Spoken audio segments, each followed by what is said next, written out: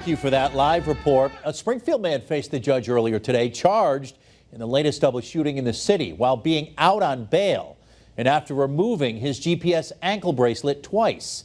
Western Mass News reporter Glenn Kittle joins us live in studio with the latest on that investigation. Glenn. Chris, 21-year-old Tyree Shakespeare was arraigned in Springfield District Court today on a long list of charges, including murder. Shakespeare is currently being held without the right to bail. Going into today's arraignment, Shakespeare had a lengthy rap sheet, from an armed home invasion in 2020 to multiple parole violations. And Springfield police say that he had cut off a GPS ankle monitoring bracelet twice in the past 2 years. He's accused of shooting and killing a man and shooting and injuring a woman last week at the corner of Ashman and Adams Streets. There were 5 fatal shootings in Springfield during the month of June and 3 people arrested so far, all of them with criminal histories. Springfield Mayor Dominic Sarno tells Western Mass News the courts need to keep repeat violent offenders off the streets.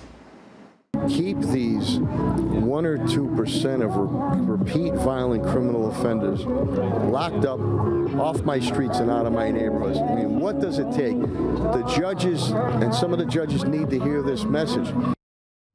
Shakespeare had been out on bail at the time of his latest arrest. The next hearing on this case is August 3rd. Reporting live in the studio, Glenn Kittle, Western Mass News.